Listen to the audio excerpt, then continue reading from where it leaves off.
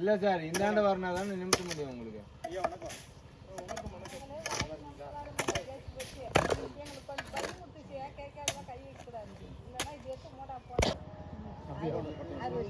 அப்படியே பார்த்து போயிட்டு கம்முன்னு போயிட்டீங்களா? அதுக்கு ஃபோட்டோலாம் போட்டேன். அதனால் இப்போ காமிச்சேன் நான் ஒரு கோவிந்தன். அந்த பக்கம் வந்தீங்களா மட்டும்தான் இது. ஆமாம் கொடுங்க நேராக அந்த கொஞ்சம் லைட்டாக இது பழஜி பழஜி பழஜி நீ அந்தாண்ட நிற்காத. இங்கே எடுக்க அங்கே மேலே விழுந்தாலும் உங்களுக்கு சாயாது சார். இது எந்த அளவுக்கு நிற்கல இருக்கணும். அதுக்கு என்ன பண்ணுவீங்கன்னா நீங்கள் வெளியிலேயே கொஞ்சம் வாரணும். பழஜி ஷூ போட்டு பழஜி இல்லை சாட்சி கழிச்சு பழஜி டயர் கட்டி பக்கெட்டு கூட அது போதும். இல்லை இங்கிருந்து அப்படியே லேஸ் அந்த மண்ணை மேலே இல்லையே விட்டுருங்க விட்டுருங்க. இது டிசைன் பண்ணியிருக்கிறாங்க. நீங்க பக்கம் போகாதீங்க. நடுவில் இருக்கிறது யாழியா? யாழி. அவனுடையதாக கூட இருக்கலாம். ரெண்டுல ஒன்று.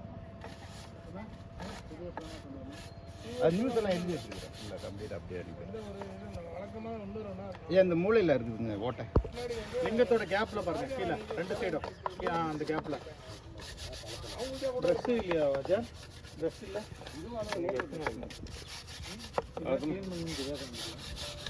அதுக்கு இந்த பிரஸ்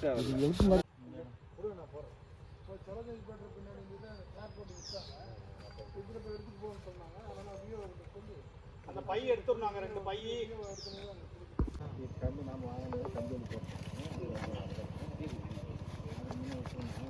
யாரு நான் கும்பிட்டு இல்ல சன்லைட் இந்த பக்கம் இருக்கு. கிழக்கா பார்த்து இருக்கு. இல்ல பொன்னாடி மணி செல்ல இவருக்கு தெரியுமே. கிழக்கு பார்த்து தான் அது. கிழக்கு தான் இப்படி தான் வருது. இப்படி தானே போகுது. கிழக்கு பார்த்து தான் ஓகே. இந்த மூலையில் வரும். ஓ இப்படி தான் இது கிழக்கு பகுதி. அப்படியே யாரும் நிற்கிறீங்களோ அவங்களும் நின்று ஒன்று எடுத்துக்கோங்க. முதல்ல எம்டி எடுத்துக்கோங்க. தலைவரை கை எடுத்துக்கோங்க. எடுத்துங்க. அதுக்கப்புறம் ஆளுங்களை வச்சுட்டு ஃபோட்டோகிராஃபர்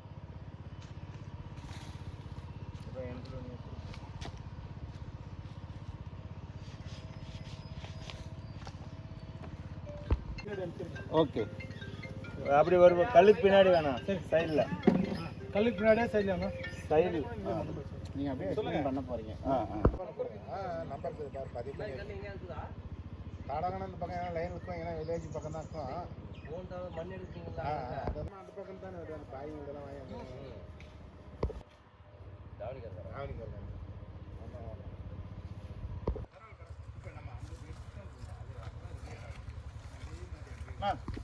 வாங்க.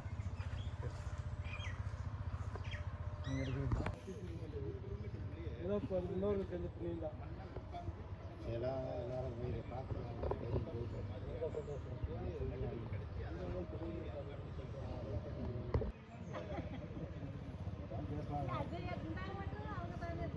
பைசா தேராது.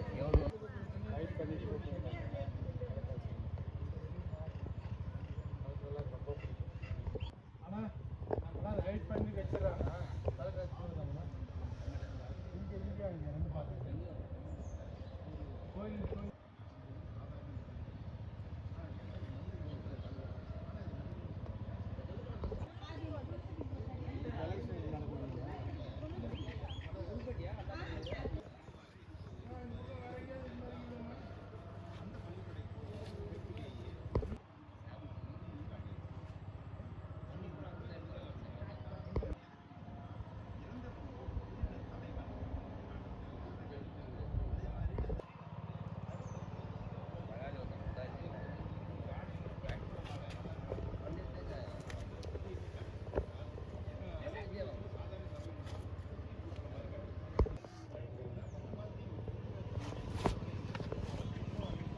ஷாப்ஸ் வந்து இருக்காங்க. ஆர்கியாலஜி சம்மந்தப்பட்ட ஷாப்ஸ் இருக்காங்க. கிளாஸ் இருக்காங்க.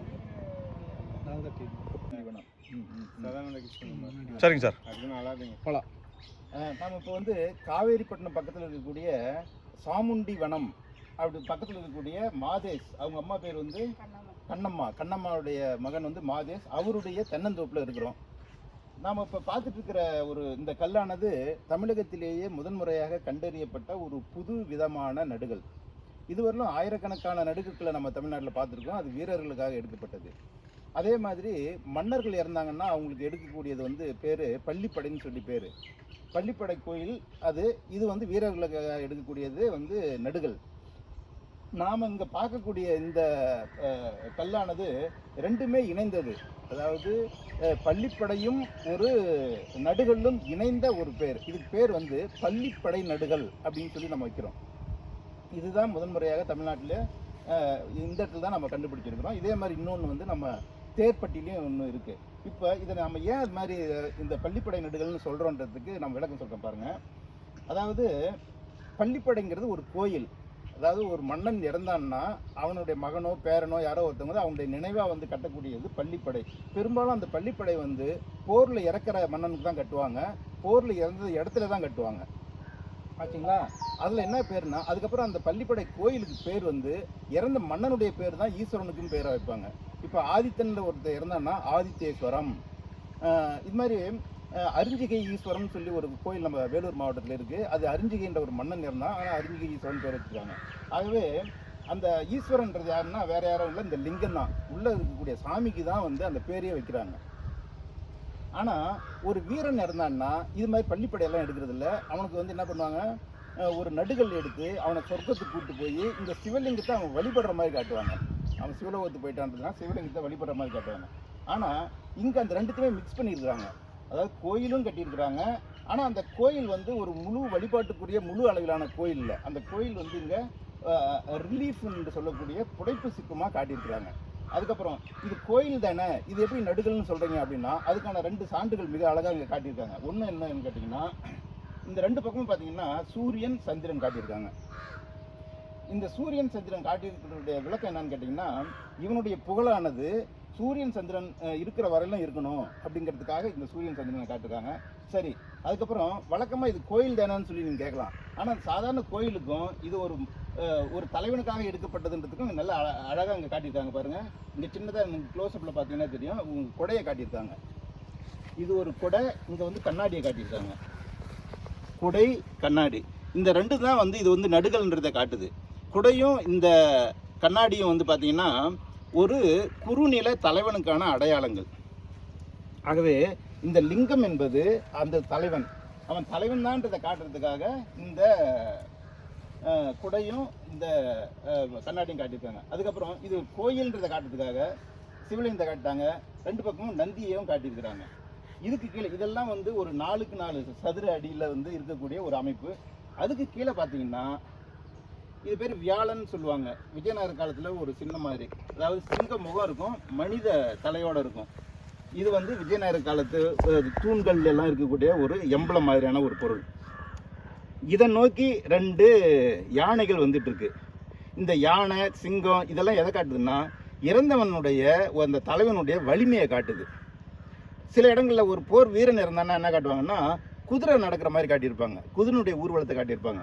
ஆனால் இவன் அதை விட ஒரு பெரிய தலைவனாக இருக்கிறதுனால என்ன காட்டுறாங்கன்னா யானையை வந்து ஊர்வலமாக காட்டியிருக்காங்க.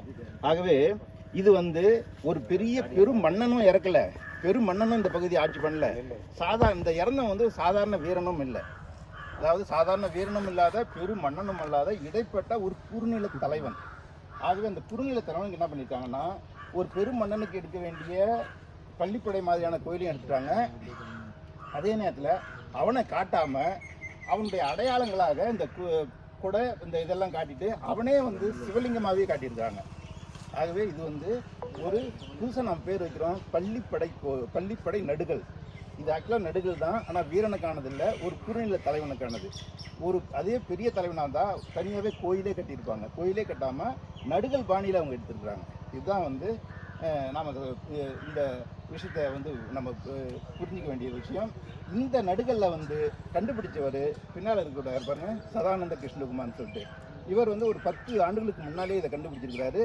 தற்போது நாங்கள் கிருஷ்ணகிரி ஆய்வு குழுவோடு சேர்ந்து ஆய்வு பண்ணும் பொழுது இந்த தகவலை நம்மகிட்ட சொன்னார். அவர் தான் இந்த கூட்டின்னு வந்து காட்டியிருக்கிறாரு. அவருக்கு நன்றி. அதே மாதிரி அவர் தான் வந்து தேர்ப்பட்டின்ற இடத்துல இதே மாதிரியான இன்னொரு நடுகள்லையும் காட்டாரு. அதையும் நம்ம இப்போ பார்ப்போம்.